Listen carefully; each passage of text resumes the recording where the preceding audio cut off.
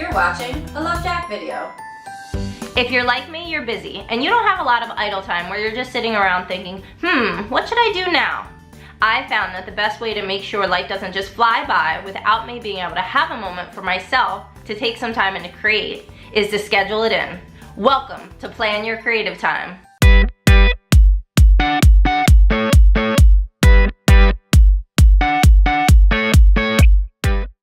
In this month's video, we're going to talk about my love-hate relationship with the word hustle and how my planner helps me find some inner peace. I'm going to try out using my monthly spread to celebrate little wins.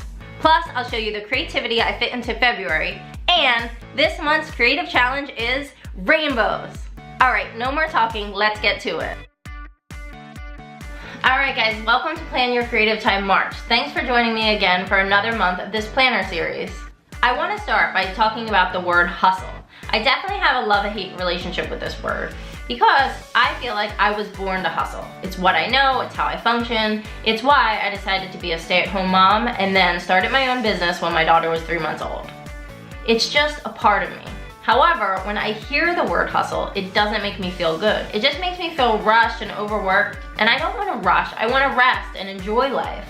So I definitely have this yin and yang feeling about the word hustle. I have really been struggling with this over the past couple of years. How do I find peace while still pushing forward? Well, there are two things that have helped me, and I really wanted to share it with you in case it would help you as well.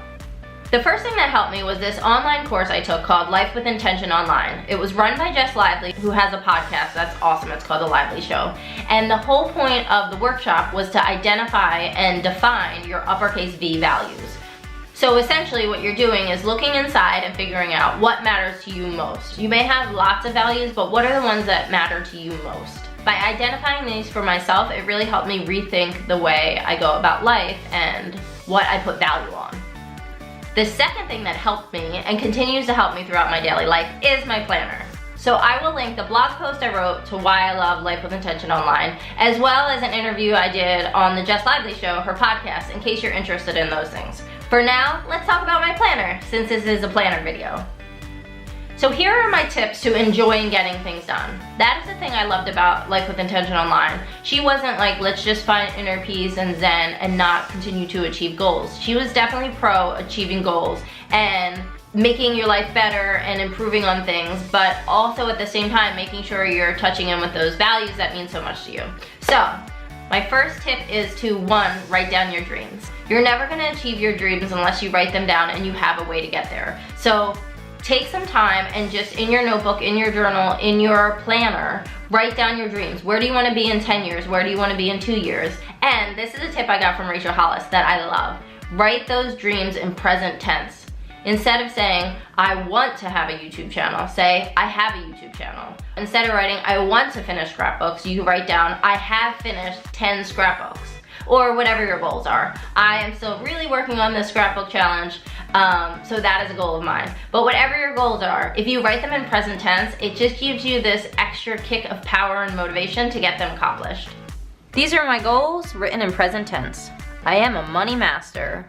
I love teaching artists and crafts, and it is successful.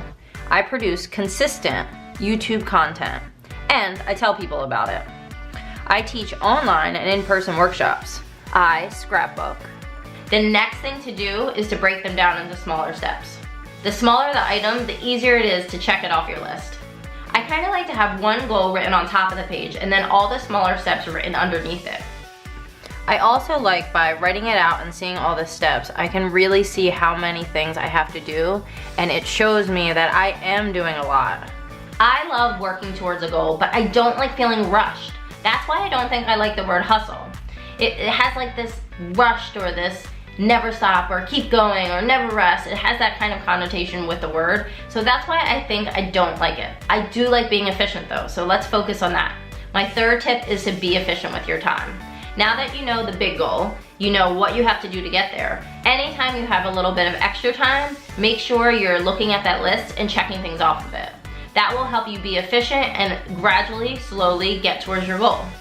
My Get to Work book is key in this step. because it allows me to look at my whole week, see how much time I have, see what I have to do, see where my free moments are like we talked about last week.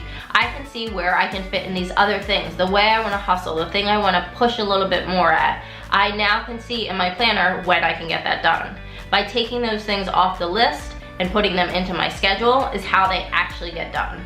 My first step is when I look at these things, I'm just gonna allot this hour. So today from 12 to 2, I'm gonna do some of this stuff that I have to do for my taxes and just being a money master, because I want this to be part of my life and I want this to be something I do all the time and not just when tax times comes up. So I am writing tax times in here, and then I'm gonna go back to this sheet to then check things off the list instead of writing it again. I could write it again, and sometimes I do that just to have it all in one spot, but since I have it here, I'm just gonna write tax time for an hour today, and then I'm gonna do some tomorrow also. I'm gonna start my day with that. For my YouTube channel, I am actually going to write some of this stuff down. And number 4, I think this is key. This is the overall, instead of just rushing, going, is to make sure you take time for yourself. So in order for you to hustle and create those dreams and still be happy to enjoy it, you have to make sure that you're scheduling a time for you. So 2 of my value words are to indulge and recharge. And by indulging in something creatively or family time or whatever it is, if I can just immerse myself in that for these pockets of time, it then recharges me so that I can work more efficiently later. So this goes back to the first video, January's Plan Your Creative Time video, when I talked about chunking up your time. It is so much better, instead of trying to multitask and do everything at once, for me at least, to take the time and work during these time chunks and then indulge and recharge during these time chunks. By having both of them in your life, in your schedule, it will allow you to hustle, but to enjoy the hustle and not get overwhelmed and miss the big picture of being happy in life, right? That's why we're all here, to be happy in life and to achieve things, but also enjoy the process. So those are my tips for how to enjoy achieving your goals. I hope that was helpful. I am still guilty of thinking things will take less time than they actually take. So that is something I'm working with. If you have any tips on that, please let me know. By writing down the time it takes me to do things, I've been able to see that, yes, Jacqueline, it takes you more time to write a blog post than you may think it takes you to write a blog post. So being realistic about how much time things take is something I'm working on, but I think I'm getting a little better. If you have any other tips, please send them my way. I am happy to hear and to try them out. The next thing that I'm really excited to talk about, and more importantly, the next thing I'm really excited to do, is to use my monthly spread to celebrate little wins. I was inspired to do this thanks to Instagram and Caroline from the Crafted Fun. I'm not entirely sure why I started following Caroline, but I love her feed. I think she was probably tagged in a Get to Work book post, and that's why I started following her. But if you're using this planner, if you like the Get to Work book, check out her feed because it's beautiful and she has a lot of fun, different ideas and examples of how she uses her book. I always like seeing that. Do you guys? All right, here's how it'll work. Every day in March, I'm gonna write down a little win in my monthly spread. As I said before, I don't really use this to see what's happening next in my life. I use my Google Calendar. So I like using this spread to put some intention into the month. You know, the first month we watercolored over the page the things that I was hoping would happen, and a lot of that came true. The second month, I just filled it completely with hearts because I wanted to use those stickers and I wanted to bring some joy. And honestly, every time I would flip back past that page, it would make me so happy. I just love seeing the colors and the hearts, and it made me smile. And that's one of the best parts of having a planner. You're using it every day, you're seeing it every day. It might as well make you smile. Since this month's creative challenge is rainbows, I'm gonna fill the whole spread with Roy G. Biv colors. When I jot down my note at the end of each day, I'm gonna use one of those colors. I'm gonna try to keep it in a pattern. All right, here's my monthly spread. I am happy to report that since I purged all those stickers, it was super easy for me to go through my sticker bin and just pull some that have rainbows in it. So I'm gonna start with the stickers and go from there. All right, and I'm gonna use these pens. They are the Papermate Flare pens to write in my little wins. So it's everything, and I'm using pink too. I know it's not in your typical Roy G. Biv, but I kind of like when you add it. And I have some pink in these stickers, so I think it will go well together. But it should be fun. And I do think these will bleed through, but since this is a double page, I just won't worry about it. I'm gonna keep these in a little jar right next to my book so that I remember to do it every evening. I think this will be a lot of fun. I hope you do it along with me. I am hoping this will give me another excuse to go back to my planner at the end of the day. I like the idea of being able to reflect on the day and celebrate those little things.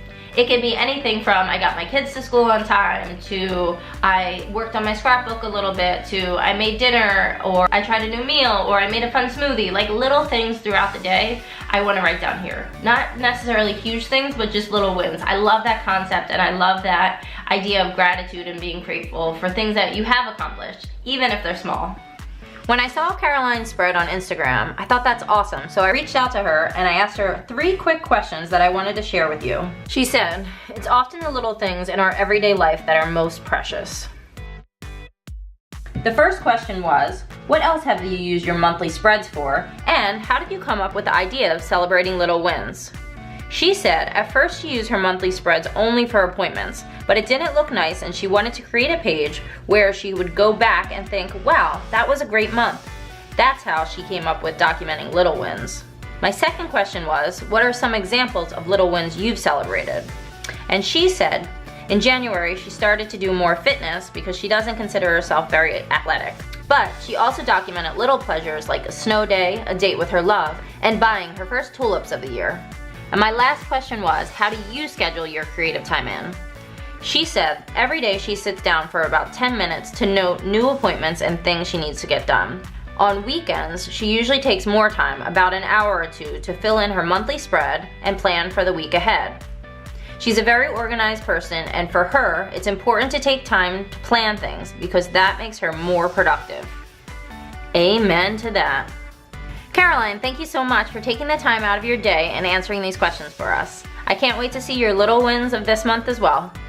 I would love it if you did this with me, so if you are, please leave a comment below or tag me on Instagram if you post a photo. I love this whole idea and I really am interested in seeing what your little wins are. I also think by seeing people's little wins, it kind of gives you an idea of what their life's like, and that's kind of fun. And finally, I want to share with you the creativity I fit into my February. As you know, if you've been watching, February is my daughter's birthday month, and it is so much fun. We planned her party, and that took a lot of my time, but the thing about it is, I love planning a party. I love coming up with ideas. It was just a great opportunity for me and her to work together and to think of different ideas, and I loved it. Well, let me start out by saying her birthday party was a craft party, and that got me excited right away. But she wanted to do 12 different crafts. She was so excited about it. She wrote out this whole list. We looked at Pinterest, and I had to talk her into narrowing it down to 2 crafts. The 2 crafts we did were, 1, these banners that we made out of felt. I love how they turned out, and I loved making them. Beforehand, I emailed all the parents and asked them what color banner their daughter wanted and what saying they wanted to have on there. So ahead of time, I got to cut out all the different letters out of felt and make it, and I love cutting felt. I think it was my gift to cut letters out of felt. I don't even have to think about it, I just, and I do it. It is so much fun. So that was a great bonus of crafting time. I also did a little sewing on them, and I love to sew, so that was a lot of fun. The other craft that we did at the party was glitter slime, which she was so excited about, and the kids really loved it. And my tip here with this is I didn't really overthink it. I looked up the recipe online. I really wanted to test it out beforehand, but I didn't have time to, so I tried to not worry about it at all. And the kids did not care. We just kept adding more and more and more and more contact solution, and finally it was the right consistency. They loved it. The parents didn't seem to mind that it was taking forever, and it was a lot of fun. So my tip there is just wing it. If you're doing something creative and everybody is there to be creative, no one's gonna care if it's perfect or not. Other little things I liked doing with her party was I enjoyed decorating our kitchen, decorating our apartment, thinking of fun different foods that I could serve that were all on the color theme. I love a theme, so that was really fun. One other thing that I want to tell you about that I did that I think is a great idea if you're ever having a party is I went back through our photos and I found a picture of Georgia and her guest, and I printed them out ahead of time. So I turned them all black and white so they all looked similar, and I printed them out and I used them as a place cards, so then she could decide where everybody was sitting, and I had a cute place card of Georgia and their friend, and then they got to take that picture home. I actually printed out 2 of these photos, so I did a little one for the place card and then I did a bigger one for the gift bag. So that could be a fun idea if you want to incorporate some photography and some more personal touches to your party. I really love that. It made me so happy. The second thing that we did that I thought was so fun, and it totally happened because of Georgia and the fact that she wanted to do the 12 crafts at her party. One of the things she wanted to do was painting on canvas, but since we were doing the banners, we decided not to do that. But my friend Katie was in town, so we decided to do it, just the three of us. So I ran to Michael's one day on my way to pick up Conrad from school and just grabbed the supplies. It was so fun to just go to the store, grab a couple things, and come home and then use those supplies right away, right? We don't want to go to the store, be inspired, buy stuff, and then never use it. So this was a perfect example of, we wanted to do something, I bought the supplies, and then we made it happen. We all kind of use the same blues and ocean color inspiration, but everybody's picture turned out differently, and I loved it. It was so fun. Georgia's birthday party ended up being on Valentine's Day. So in addition to her birthday party, we also had to sneak in some Valentine's Day card making, which is always fun for me and it's fun for the kids. But this is another thing that I would say is if you're making Valentines at home or when you do it next year or anything that you have to do in multiples for your kids, it's a lot for them. Like to make 25 cards for them was a lot. So we broke it up into steps. I definitely saw when their energy, when they were into it, they were doing it. When they needed a break, I just let them take a break. The other thing that I did that I mentioned in last month's video was I had Conroy write his name and then I took a picture of it. Then I turned that into basically a JPEG on my computer and then printed out a bunch of them on cardstock. That way he didn't have to write his name a million times. I mean, he's 4, he's just learning how to write his name, and if I would have asked him to write it 25 times, it would not have been pretty. So this way he got to write his name, it was personal, and then we just attached that to each card. This is a great idea, and it's a way to make sure your Valentines are still fun, because it's a lot of work. It's like a fun idea, but it's a lot of work. So by finding a balance helps you enjoy it still. And of course, my Make Art to Mail video series. This month, instead of doing one each week, I bunched it up and did it all on a Saturday, and it was so much fun. I took 3 hours out of my Saturday and just created art. So make sure you're checking those videos out. I'll link that below as well, but they come out every Monday, and this whole month is all about rainbows, so it's a lot of fun. And the last way that we fit creativity into our month was our Valentine's Day date. Chad and I have been trying to do these things called Jack and Chad Unique Dates. We did it a couple years ago as a New Year's resolution, and it was awesome. And we went on a date every month that year. The next year, I didn't make it a resolution, and we kind of stopped going on dates. Well, not completely, but not unique ones. So this year we brought it back. The first month we went to a comedy show, and then the second month, I got an email about throwing pottery for Valentine's Day, and I was like, yes, we have to do that. So he called ahead of time, he got us reservations. I think it may have been full, and he like charmed his way into fitting 2 more people in the class. But it was totally worth it. It was such a fun, creative experience to do together, and I highly recommend it if you ever have a chance. I cannot wait to get the pottery back that we made because it was so fun. Alright guys, that's it for this video. Please let me know if you have the same feelings about the word hustle as I do. Or maybe you don't. I'd also love it if you shared any tips you have with enjoying the process of achieving your goals. Alright guys, thank you so much for watching. I truly appreciate it. If you have a friend that is also into planners and creativity, please pass this video their way, share it with them, let them know about it, because I really love making these and I like to keep the conversation going. So, have a great month. I hope it is full of tons of little wins.